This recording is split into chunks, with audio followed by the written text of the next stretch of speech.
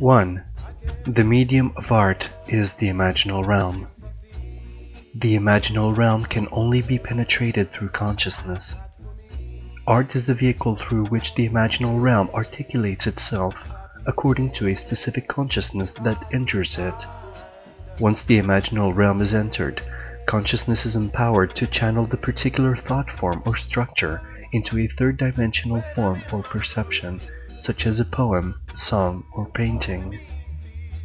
2. In this imaginal realm, consciousness realizes universe as a process of self-creation, necessarily artistic in order to be perceived.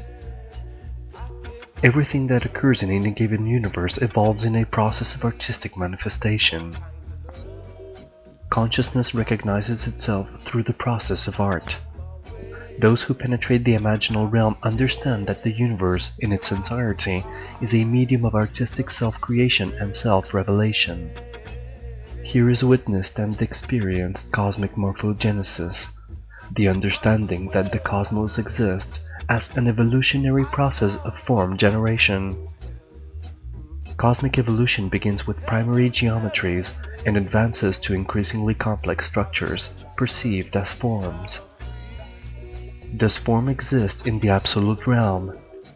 Or is form just a function of perception? These questions should be carefully considered. Cosmos evolves as stages of complexification of form. All form, in order to be recognized, is necessarily aesthetic. Aesthetics involves form, and form is intrinsically aesthetic. Forms are derived from intuitive and underlying radiative geometries. These factors constitute a holistic perception derived from a process known as cosmic morphogenesis. When you grasp the perception of this process as a whole, you will be flooded with multiple sensations and insights into different levels and meanings of cosmic reality. 3. Form is how perception reconstitutes reality.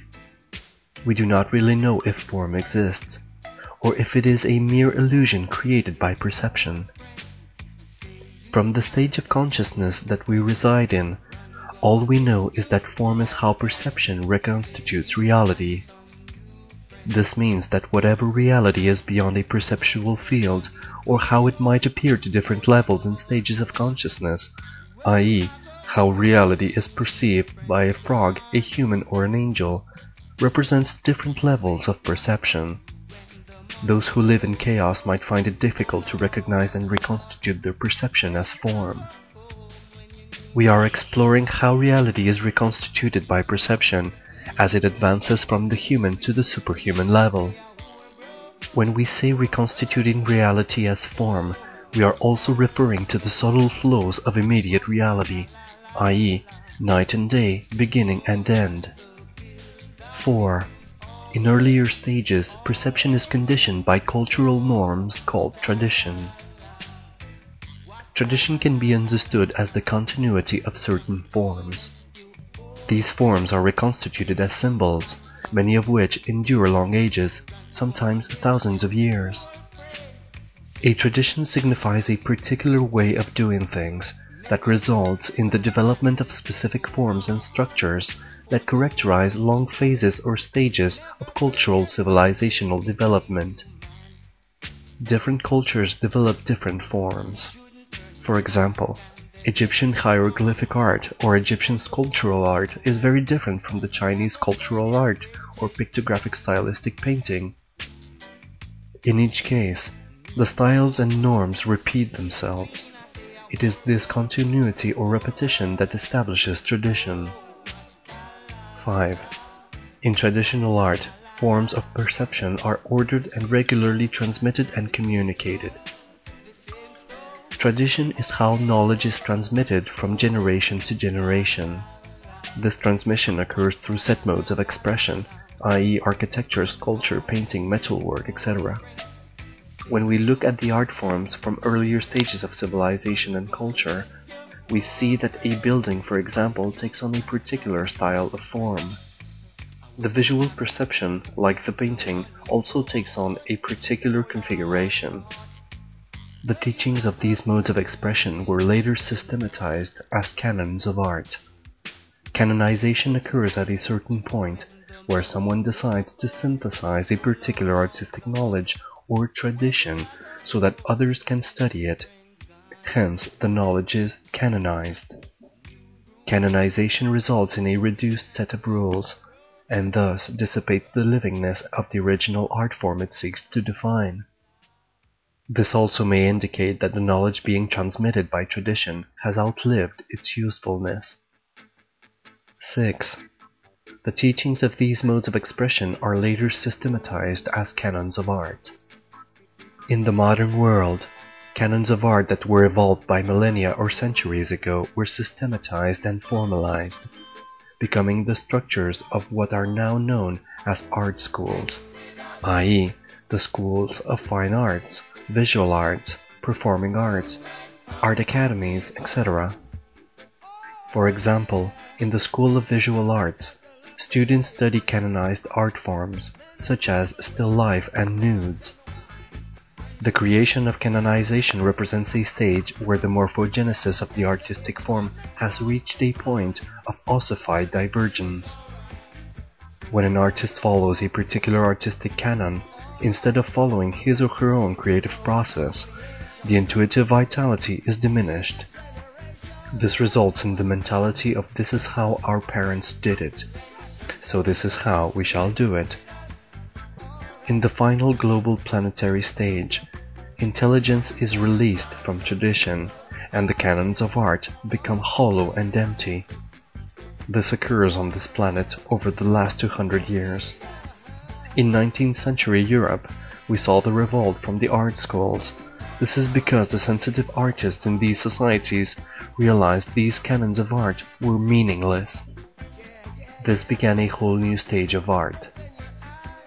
8.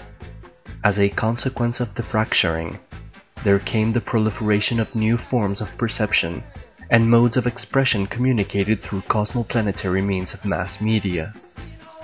At this stage, the original forms become a type of artistic compost used to create new art forms and media. Through mass media, forms from virtually every tradition are decontextualized and used for any variety of marketing and propaganda purposes. The increase of information impacting all senses simultaneously transforms the sense field into ever-shifting mosaics of juxtaposed sensory information bits. 9. These new cosmoplanetary forms are splinters of unity. The splinter of unity is a stage of veiled awareness of the art whole. During this quickening of cosmic evolution, there is need to restructure old forms to create the possibility of the next stage, the relatively brief stage of the complete splintering of the unity. At this stage, most artists cannot grasp the whole and so become identified with particular splinters. This is necessary, as all these divergent forms actually express the totality of the single unity in a fractured phase. This fracturing is like the Mahaprayala, the great seed time, where all forms turn to compost, but at the same time a type of radiation is given off that is the composite compost result of all the different splintered forms of expression. 10. The task of the conscious artist is to form collectives that practice art as the path of unification. After hearing his or her higher calling, the artist is often inspired to connect with other artists who share the same cosmoplanetary awareness. These connections lead to cooperative creations, demonstrating art as the path of unification. That is, the power and purpose of art is defined by its capacity to bring together and inform people in a way of evolutionary upliftment. 11.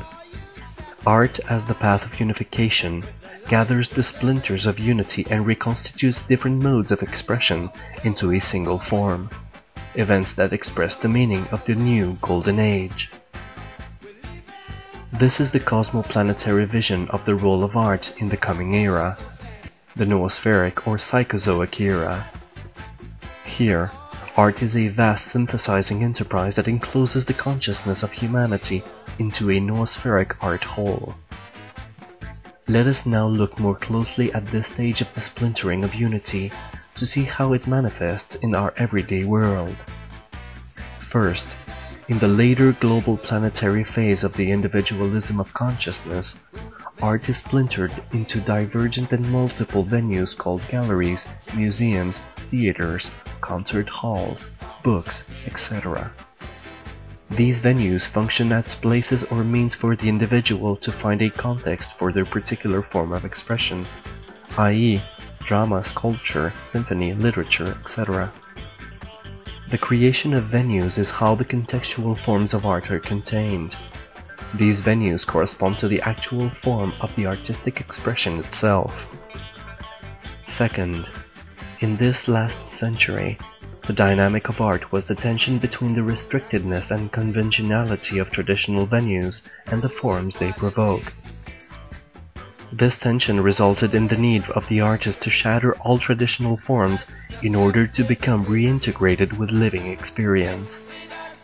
Increasingly, the artist in the advanced industrial civilized society was moved by a higher living spirit of art and often felt the need to break out of the confines of the gallery, theater, concert hall, and all other restrictive forms. Pablo Picasso expressed this sentiment. Museums are just a lot of lies, and the people who make art their business are mostly imposters.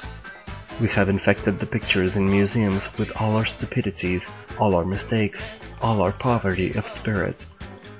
We have turned them into petty and ridiculous things.